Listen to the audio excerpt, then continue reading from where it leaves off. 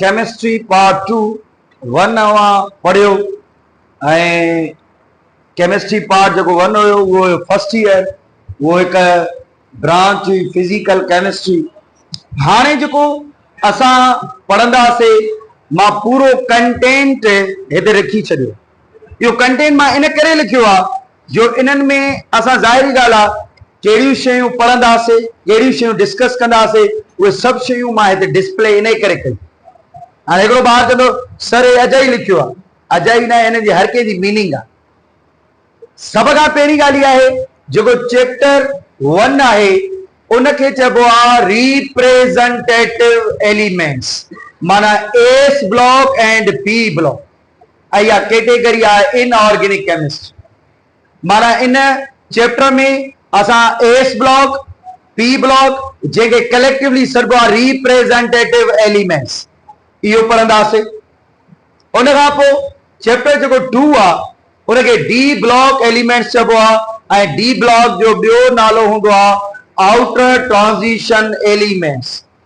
इन में असां आउटर ट्रांजिशन एलिमेंट्स के डिस्कस कंदासीं, डी ब्लॉक के डिस्कस कंदासीं, इन जे नॉमेनक्लेचर के डिस्कस कंदासीं।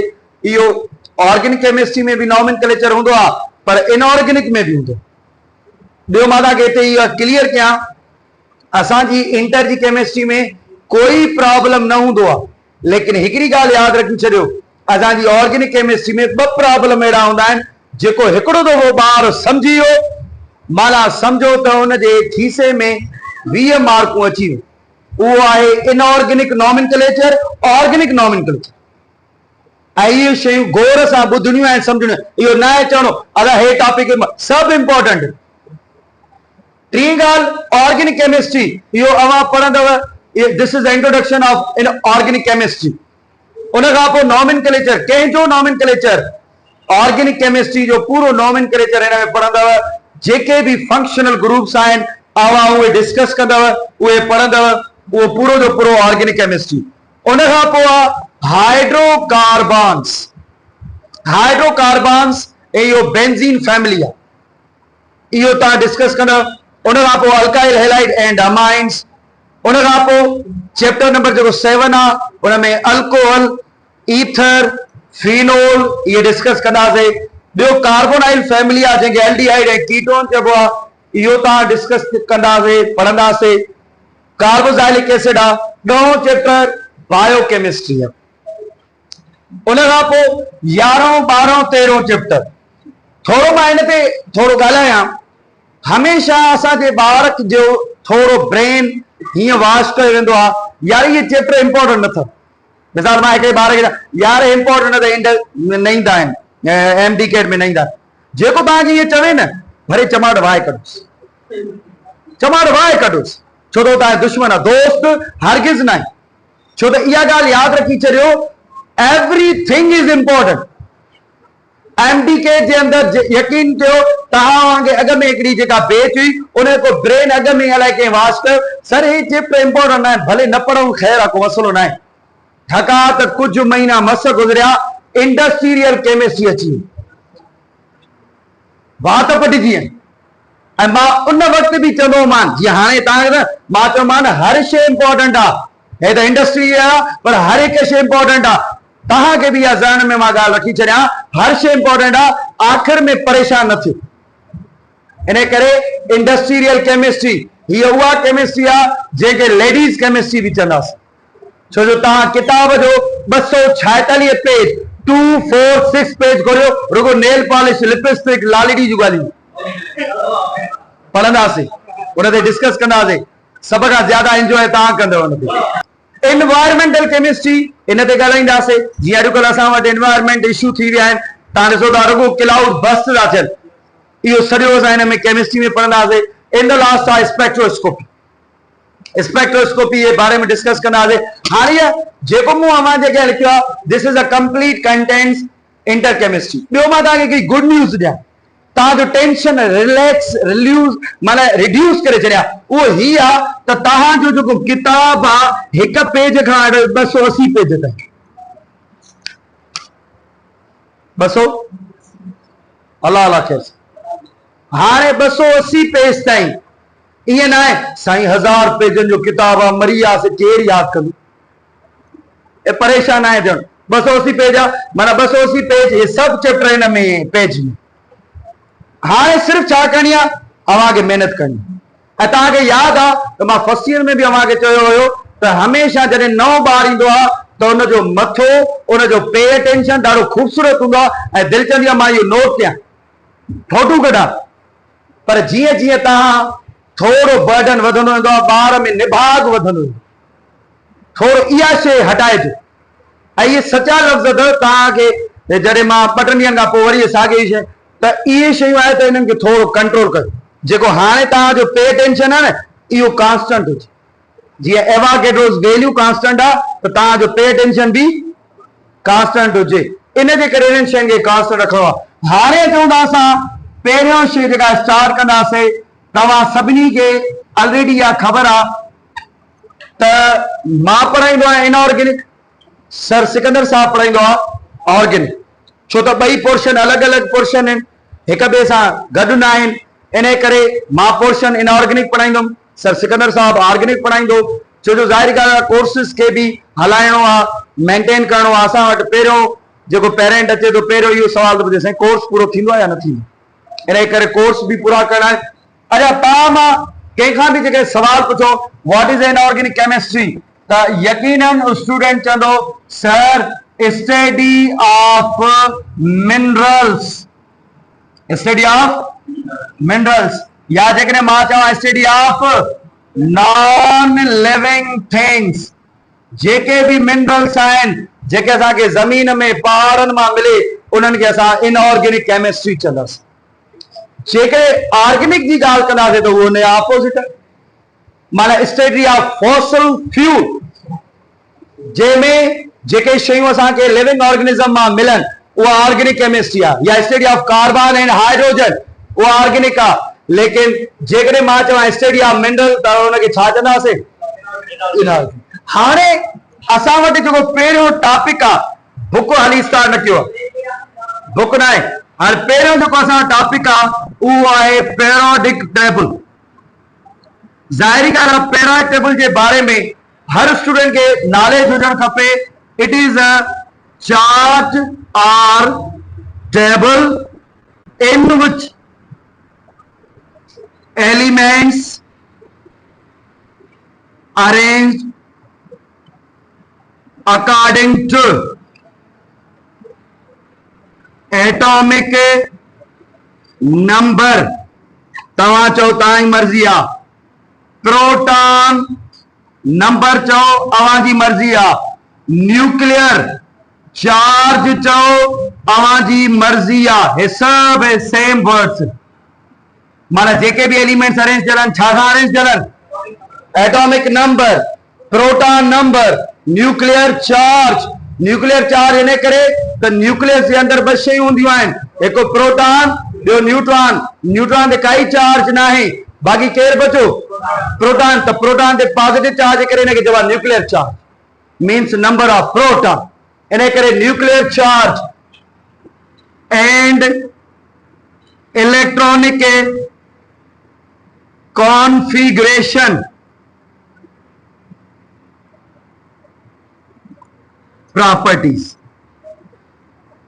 हाणे थोड़ी ॻाल्हि खे समझो सर पीरियोडिक टेबल आहे छा periodic table is a name of sequence it is a name of systematic knowledge हिकु सिस्टमैटिक नॉलेज आहे जंहिंमें एलिमेंट्स खे अरेंज ऐं ऑर्गेनाइज कयो according to the atomic number या प्रॉपर्टीज या इलेक्ट्रॉनिक कॉन्फ़िगरेशन सर हाणे ये टई लफ़्ज़ एक्सप्लेन कर एटॉमिक नंबर इलेक्ट्रॉनिक कॉन्फ़िगरेशन ऐं प्रॉपर्टीज सब खां पहिरीं ॻाल्हि आहे तव्हां सभिनी खे ख़बर आहे त जेके भी एलिमेंट्स अरेंज थियल आहिनि जंहिं सीक्वेंस आहे उहे छा सां थियल आहिनि एटॉमिक नंबर माना फ्रॉम लेफ्ट टू राइट हलंदो hydrogen helium lithium beryllium boron like this one when they ओगनीसन is the last element जो एटॉमिक नंबर 118 है नोबल गैसेस में रखियल आहे ओगनीसन लास्ट एलिमेंट ऐं लास्ट जेका ओगनीसन आहे इहे एतिरे ताईं जेके भी एलिमेंट्स अरेंज थियल आहिनि छा सां अरेंज थियल आहिनि एटॉमिक नंबर सर मां हिकिड़ो वर्ड यूज़ कयो आहे कॉन्फ़िगरेशन। इहो इलेक्ट्रॉनिक कॉन्फ़िगरेशन जो हिते कहिड़ो कमु आहे? तव्हांजी पेराइड टेबल में ॿ हिकिड़ा पार्ट्स पेराइड टेबल जा, हिकिड़ा पीरियड ग्रुप ऐं टियों आहे ब्लॉक। टी कहिड़ी शइ आहे? इहे जेके बि ग्रुप ऐं ब्लॉक आहिनि इहे सभु डिपेंड छा ते था कनि? तव्हां जॾहिं इलेक्ट्रॉनिक कॉन्फ़िगरेशन कंदा लास्ट इलेक्ट्रॉन जंहिंमें बि ईंदो आहे एस में ईंदो आहे त एस ब्लॉक, पी में ईंदो आहे त डी में ईंदो आहे त एफ में ईंदो आहे त इहो केरु थो ॿुधाए? एटॉमिक नंबर ॿुधाईंदो? शाबाश। ॿार चाहे डेफिनेशन ज़रूरी ॿुधाईंदो आहे। Oh here sir it is arrangement of element according to atomic number. चुप थी। जॾहिं त इलेक्ट्रॉनिक कॉन्फ़िगरेशन बि आहे, छो त असांखे ब्लॉक पीरियड ग्रुप केरु ॿुधाईंदो आहे? टी आख़िरी ॻाल्हि जेका हे ॿई न ॿुधाईंदा आहिनि उहा आहे प्रॉपर्टी। प्रॉपर्टी आहे त जेकॾहिं मां तव्हांजे अॻियां चवां हिकिड़ी एलिमेंट आहे हाइड्रोजन, ॿी एलिमेंट आहे हीलियम, हे रखियल आहिनि अकॉर्डिंग टू एटॉमिक नंबर। सर मिसाल हे 1 आहे त हे छा थींदो? सर पोइ हे त ग़लति रखियल, छो त असां जॾहिं हिन इलेक्ट्रॉनिक कॉन्फ़िगरेशन था कयूं त हिन आख़िरी इलेक्ट्रॉन अचे थो एस में, त छा में हुजणु खपे? S block. कीअं? हेरसो हिन जो एटॉमिक नंबर घणो आहे? 2। 1s2 कहिड़े ब्लॉक में अचे? पोइ रखियल त पी ब्लॉक में, रखियल पी ब्लॉक में। बाबा 8 ग्रुप में जो वरी मां तव्हांखे ख़बर आहे शायदि इन करे मां न लिखियो कंहिंमें रखियल आहे। माना इहा छा आहे? ग़लती आहे न, लेकिन असुल में इहा रखियल आहे प्रॉपर्टी। त सर कहिड़ी property? Octet and duplet. Octet and in property तहत रखी। माना इलेक्ट्रॉनिक कॉन्फ़िगरेशन जी पंहिंजी हैसियत आहे, प्रॉपर्टी जी पंहिंजी हैसियत आहे ऐं एटॉमिक नंबर जी। माना जॾहिं तव्हां कंहिंखे पेरियोडिक टेबल जी डेफिनेशन ॿुधायो त काइंडली इहे टई की वर्ड्स यूज़ करना। माना all elements arrange according to the properties, according to electronic configuration, according to atomic number. ये टई वर्ड यूज़ करना, तॾहिं असां चवंदासीं now the definition of periodic table is a perfection. तॾहिं उहा परफेक्शन थींदी। इन करे इहे टई शयूं हुजणु खपनि। जेकॾहिं रुगो तव्हां एटॉमिक नंबर था चओ त खोड़ शयूं अहिड़ियूं आहिनि जेके एटॉमिक नंबर हुनखे जस्टिफाई नथो करे। क्लियर थी वियो? हाणे मां छा कंदुसि, हे बोर्ड ड्राए करे हाणे सॼी पेरियोडिक टेबल जो हिकिड़ो व्यू लिखंदुसि, जंहिंमें मां एस ब्लॉक बि लिखंदुसि, पी ब्लॉक बि लिखंदुसि, डी ब्लॉक बि लिखंदुसि, एफ ब्लॉक बि लिखंदुसि ऐं उन्हनि में क्वांटिटी लिखंदुसि त केतिरियूं केतिरियूं एलिमेंट्स हिननि जे अंदरि मौजूद आहे। नोट करे शाबाश। हिकड़ी ॻाल्हि खे सम्झणो आहे त ज़ाहिरी ॻाल्हि आहे मां 100 वर्ण एलिमेंट्स जेकॾहिं लिखंदुमि त मूंखे पूरो टाइम लॻी वेंदो, पर हाणे असांखे थोरो रुगो इहा आइडिया क्रिएट करणी आहे त सर जेको 1A ग्रुप आहे ऐं 2A ग्रुप आहे इहो असुल में रिप्रेजेंट कंदो आहे छा खे? एस ब्लॉक एलिमेंट्स खे। हाणे नंढड़ो सवाल, नंढड़ो MCQ। अदा एस ब्लॉक में एलिमेंट्स घणियूं हूंदियूं आहिनि? 12 हूंदियूं। माना 12 एलिमेंट्स हूंदियूं आहिनि, बट एक्सेप्ट, ॿुधजो, एक्सेप्ट हाइड्रोजन। माना हाइड्रोजन खां सिवा पोइ इन सूदो जेकॾहिं ॻणींदासीं त 13 थींदियूं। इन सूदो ॻणींदासीं त 13 थींदियूं, पर हूंदियूं टोटल 12 आहिनि। अच्छा मां हाइड्रोजन खे छो न कयो आहे इहो मां सम्झायां। पहिरियां थोरो हिननि शयुनि ते ॻाल्हाईंदासीं। हिकिड़ी शइ तव्हां थोरो स्टाइल ॾिसो, उहो त एस में इलेक्ट्रॉन घणा पवंदा आहिनि ऐं ग्रुप ॾिसोसि घणा अथसि? 2। माना इलेक्ट्रॉन अथसि त ग्रुप बि। वरी डिस्कस कंदासीं पी ब्लॉक। पी ब्लॉक में इलेक्ट्रॉन घणा आहिनि? 6। मज़े जी ॻाल्हि ॿुधायांव, हिन में ग्रुप बि वरी 6। 3 ग्रुप खां वठी 8 ग्रुप ताईं। ठीक? 5 थिया? थोरो वरी दिल में ॻणींदो करे ईअं शरारत। D block elements. हाँ डी ब्लॉक एलिमेंट्स इन जे लाइ मशहूर इहा ई शइ आहे त हिकु त हिन जे अंदरि 40 एलिमेंट्स ऐं हिन डी ब्लॉक खे मज़े जी ॻाल्हि आहे त हिनखे चइबो आहे आउटर ट्रांज़िशन मेटल्स चइबो आहे, छो त हिन जे अंदरि तक़रीबन मेटल्स आहिनि, कोई बि नॉन मेटल न आहे हूंदो। अच्छा, पी ब्लॉक जे अंदरि 36 एलिमेंट्स आहिनि, 36 एलिमेंट्स आहिनि। हे जेके मां लिखां थो न, ये MCQs, these are all the MCQs. ऐं एक्सेप्ट हीलियम, माना जेकॾहिं हे जोड़ कनि त घणा थींदा? हो घणा आहिनि? 36। ठीकु बता साईं। हाणे 40 एलिमेंट्स हिन में, हिन नालो छा आहे? Outer transition. सर हिनखे आउटर छो था चऊं, इहो बि ॻाल्हाईंदा और हुते बि। अच्छा, इन खां पोइ ख़बर त डी में इलेक्ट्रॉन घणा आहिनि? ऐं हिन जे अंदरि हाणे ईअं न चवंदा साईं 10 ग्रुप, हिन जे अंदरि 10 कॉलम हूंदा आहिनि। छा हूंदा आहिनि? माना देयर आर 10 कॉलम्स। पर जेकॾहिं असां ग्रुप जी ॻाल्हि कंदासीं त उहे 8, उहे कॉलम माना जेके हीअं वर्टिकल फॉर्म्स, उहे घणा आहिनि टोटल? 10। अच्छा, एफ में इलेक्ट्रॉन घणा आहिनि? 14।